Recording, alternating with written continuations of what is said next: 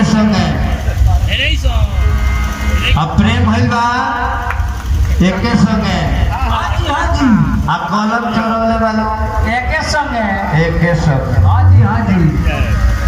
जानतनी लइकवा जाके कहलत कि मास्टर हां जी सर देखी भाई बाड़ी हमारे कलम चोरवले बड़ी हां चोरवले बड़ी ये हमारे कलम चोरवले बड़ी अगर कलम ना मंगाए तो हम का लिखे का पढ़े ये रउए बताए लड़का कहता कैसे इम्तियाज भैया है देखे एकदम नया माल अभी कहीं सुने का ना मिलल हाँ जी पुदीना वाला हो कि ये मास्टर साहेब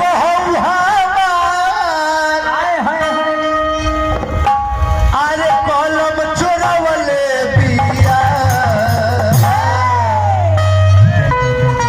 दे दो जल्दी बुझेबो ना करी कि केने जाता कि ये मास्टर साहेब अरे कलम चोरावले बिया तो कैसे अरे हाथ लगा के निकाली कलम कु जगह धइले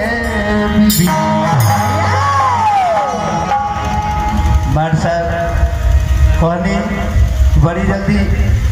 जानते नहीं आप कैसे तो बताओ मैं हमारा अच्छी लगे हाँ जी ना जी बाकी देव देहाती यूट्यूब पर सर्च मारे तो जरूर आई बहुत सब गीत सुने को मिली लड़का कहता मार सबसे कैसे कि ये मास्टर साहब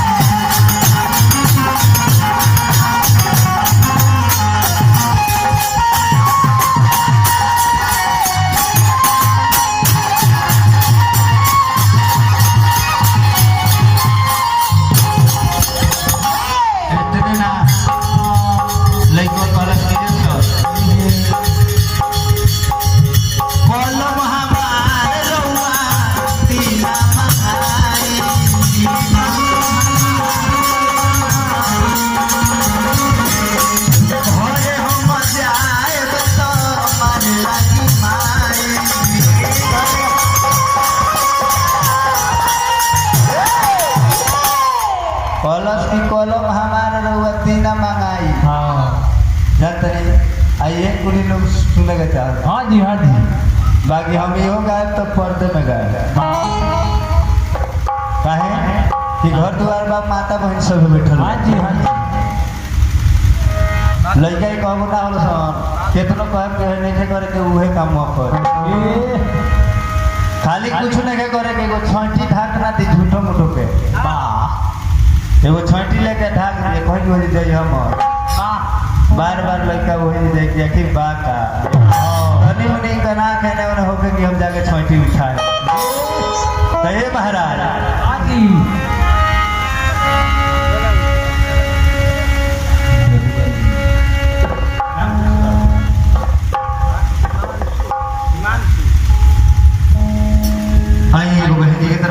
बाबू की तरफ से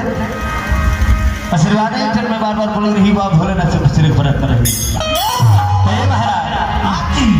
अरे कलम हमार रउआ दीना मंगाई आ घरे हम जाए तो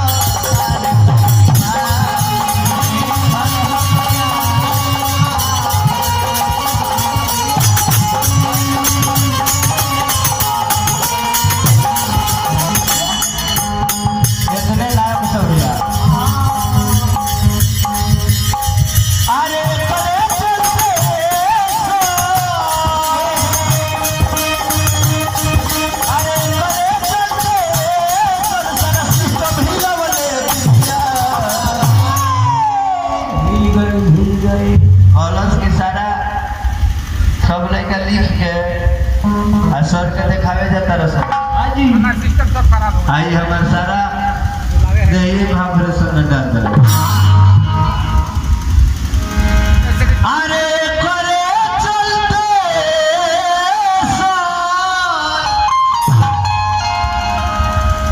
हमार सिस्टम हिलो वाले बिया तो कैसे अरे हाथ लगा के निकालो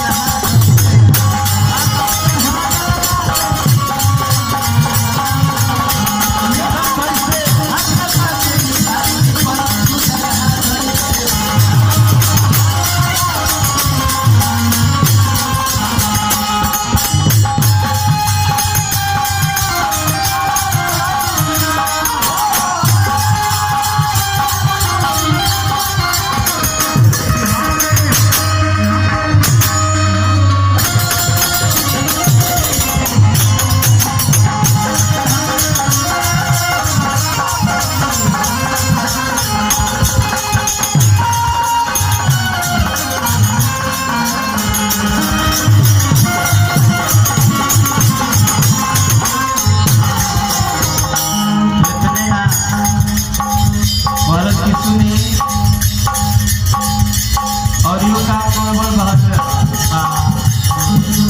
कैसे हमारा के हो बदल दिया फेरा में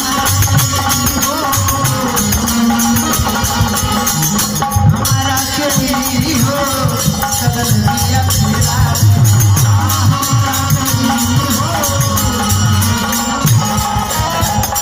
और यो कैसे गड़बड़ बा कहे कि चल रे कहीं के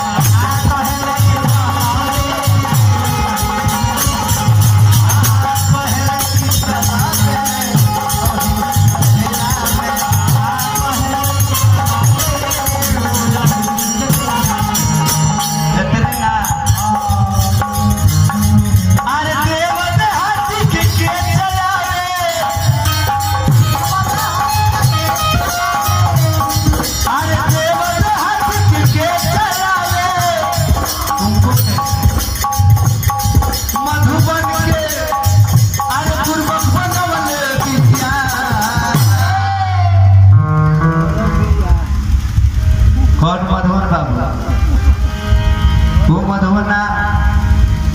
मधुबन में राधिका वो मधुबन के चौका पूर्वक बनाई ना जी हाँ जी हाँ जी वो मधुबन के जे हमारे गुरु जी मधुबन जादू हाँ जी हाँ जी